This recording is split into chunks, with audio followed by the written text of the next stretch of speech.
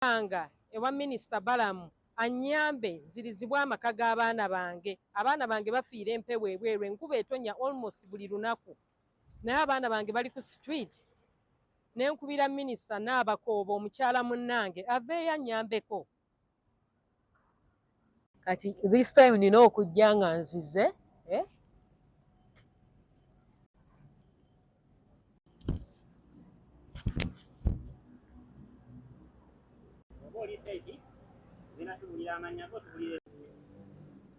nze Rachel Nampewo omutuuze w'e Bulange Mengo.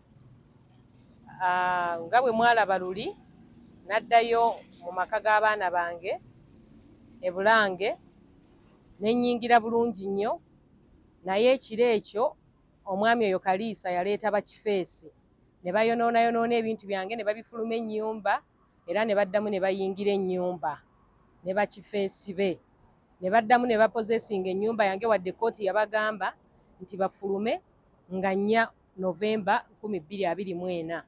Era kati we twogerera mwebali bantiisatiisa. Kyaffe irinza okuteeka court order yange mu nkola eyali eragira omwami oyo okufuluma ennyumba yange nga 4 Novemba. Ensonga zino kanzirambulule nga bwe zaatandika. Mu 2021 twagenda mu kkooti ne twawukana ne taata w'abaana. Bwe twayawukana ne tusalawo mu kkooti nti awaka watundibwe. Mu kusalawo okwo omulamuzi n'atubuuza, kati bwe muyina abaana bwe munaagamba mutunde ki ekinaddirira ng'okutunda kuwedde? Omulamuzi n'atugamba kati muteese nga mmwe abazadde n'abaana ki ekinaakolebwa ng'okutunda kuwedde. Ne tubeera guided n'omulamuzi n'agamba nti okutunda bwe kunaaba kuwedde, n'agamba nti wonna awantu watundibwe. Awantu wonna bwe watundibwa engabananga okutunda kuwedde, proceeds zinaaba zitya? N'agamba abazadde buli omu ajja twala 30% of ekinaava mu kutunda, abaana buli mwana atwale 20%.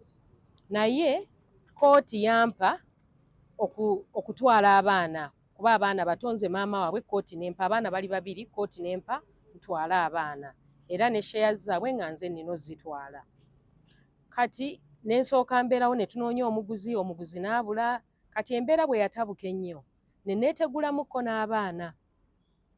Bwe neetegula, omwami oyo Kaliisa yali asula wansi ku nnyumba, nze ne famire yange nga tusula waggulu. Bwe navaawo omwami Kaliisa n'akwesa olukujjukujju n'adda mu nnyumba yange mwe nali nsula maka g'abaana waggulu nga nze nvuddewo n'abaana. Abaana bange obba protectinga ku mbeera eyaliwo ng'omuzadde ng'abaana waliwo embeera gye saagala bakole ki babeeremu. Kwe kwetegula n'envaawo naye ng'okutunda kwali tekunnaba. Ngenda okkomawo mbanje mwami Kaliisa rent gwe yali tansasudde emyezi egyo, engeri gye nnina abaana nina obbalabirira. N'enkomawo awaka ngambe mwami Kaliisa ampe rent. Ngenda okumusanga ng'ate at that time ate asula ya moving adda in mu maka gange n'abaana. Ne mubuuza kyajja kitya, n'angamba nti ye yagula ku mwami shares. Ne mugamba ate ogula otya shares? This is matrimonial property. Oyinza atya okugamba nti mulimu shares? Eno si company nti ogulamu shares. Wabula gano maka toyinza kungamba nti waguze shares kubanga tewali shares zitundibwa. Shares zonna eziba zitundibwa ziteekebwa mu mawulire, abantu ne bavaayo ne bazigula. N'angamba ye yagula era kati awo wawe era siddamu okulinnyawo, siddamu musumbuwa mumalako mirembe. N'ensalawo ngende mu kkooti. Bwe ngenda mu kkooti omusango guzze gutambula paka nga 4 October omulamuzi abadde akola ku musango n'ajja ewaka akakasiza eddala nti mwami Kaliisa mu nnyumba mwali.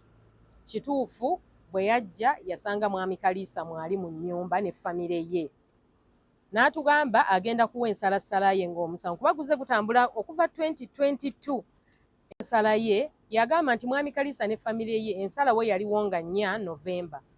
Omulamuzi n'agamba mwami Kaliisa afulume mu nnyumba ku lunaku olwo lwennyini olw'ensalawo ey'omusango. Leero mmeka? Bwe zaawera nga 15 nze gye nali nsula n'abaana nga batugobye mu nnyumba. Nenkwata ebintu byange kuba ennaku ze baali bawa mwami Kaliisa zaali zaayitako dda. Nenkwata ebintu byange n'abaana bange tuddeyo mu nnyumba era nga bwe mwalaba Katambiruli. nenzirayo kuba amateeka gaali ganziriza amaka g'abaana. Bwe naddayo ne tufulumya ebintu bya mwami Kaliisa n'ennyingiza ebyange bwe bwawungeera n'aleeta bakifeesi ne batandika otukubaakuba ne bakuba ennyumba ne bayasa enzigi ne bayingira ne bafulumya ebintu byange ne bazzaamu ebintu bya mwami Kaliisa era bwe twogerera kati yalimu. I am failing okuteeka enkola mu oda ya kkooti gye yagamba kuba mwami Kaliisa annemesezza okuddayo mu maka g'abaana bange. Kati nze bwe twogerera n'abaana bange tuli ku street, ye kkooti bwe yagamba ave mu nnyumba y'abaana bange mwali mu nnyumba ye. We twogerera kati mwami Kaliisa yeefudde landlord, simanyi nsonga ki emufudde obwa landlord, nze n'abaana bange bannannyini nnyumba ate ffe tuli ku street. Wendi wano nkubira minisita mwami Balamu Omulanga annyambeko nsobole okufunira wenteeka abaana bange baddeyo mu nnyumba yaabwe kuba kati tuli ku street, abaana obudde bwe bubi, abaana bange bali ku street, ennyumba yaabwe yawambibwa, siyina kyabbakolera. Nsaba minisita mwami Mayanja ne mukyala Naabakoba bannyambeko okufuna amaka g'abaana bange back kuba we twogerera kati abaana bange bali homeless ng'ate atalina buyinza ku nnyumba kkooti gwe yagamba aveemu, ate ali mu nnyumba yeegazaanya olw'okuba yeesiga bakifeesi be okunkola kyonna kyonna kye baba baagadde.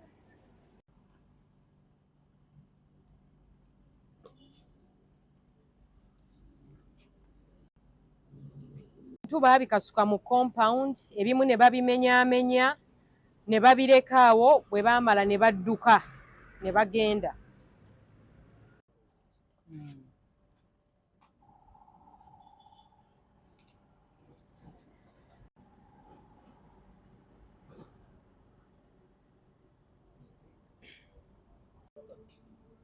Kongole ebirwanirizi by'eddembe ly'abakyala, eddembe ly'abaana, FIDA, WONET, bonna baveeyo bajje bannyambeko okuteeka mu nkola ekiragiro kya kkooti kubanga kkooti yampa obuyinza n'enziriza amaka g'abaana n'enziriza ennyumba y'abaana, naye we twogerera kati nkyalemereddwa kuba omulanga eri ebibiina ebyo ebirwanirira eddembe ly'obuntu.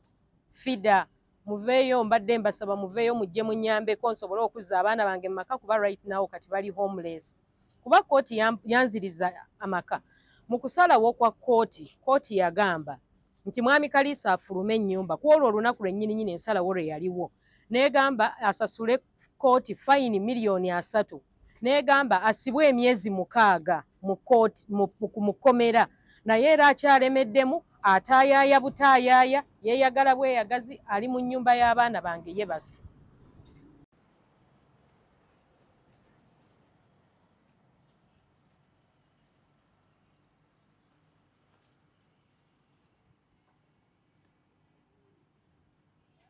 Endagaano yaabwe kwe bagamba kwe baagulira mbu shares z'omwami.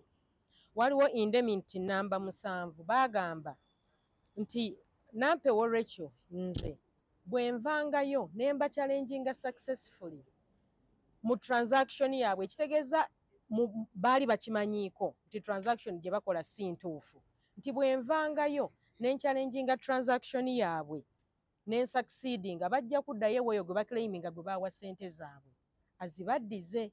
Kati kkooti yasalawo banviire. Lwaki tebaddayo ewooli gwe baawa ssente zaabwe ne baziclaiminga? Kuba ne mu ndagaano yaabwe gye baclaiminga oggulirako mu ekiri baakiteekamu. Nga kkooti bwe yabalagira bave mu nnyumba y'abaana bange nfune we nteeka abaana bange kuba at the moment bali homeless. Njagala bave mu nnyumba y'abaana bange kubanga at the moment abaana bali homeless, sirina we nteeka abaana bange ate nga balina amaka gaabwe wabula galimu abantu abaagawamba obuwambi abajeemedde n'ebiragiro bya kkooti.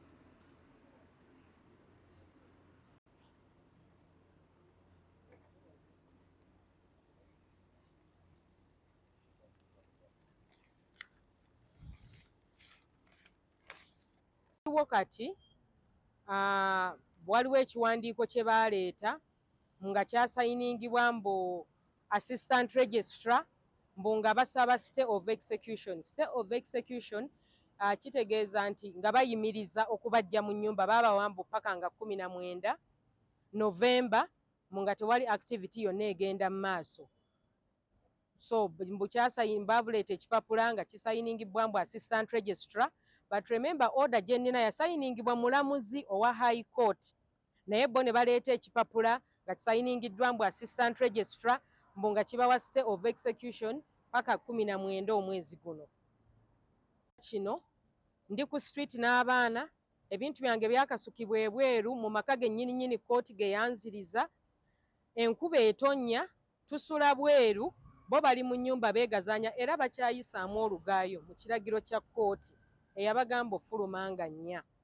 Kati we twogerera kati eyali omupangisa wange kuba yampangisaako ennyumba okumala emyaka 6 na bampangisa ennyumba yange Mwami Kalisa ne famire ye baapangisa ennyumba yange okumala emyaka 6, naye kati omuntu oyo ennyini yanneefuulidde yalemedde mu nnyumba y'abaana bange yayisaamu olugaayo mu kiragiro kya kkooti kwegamba abantu bakusobera.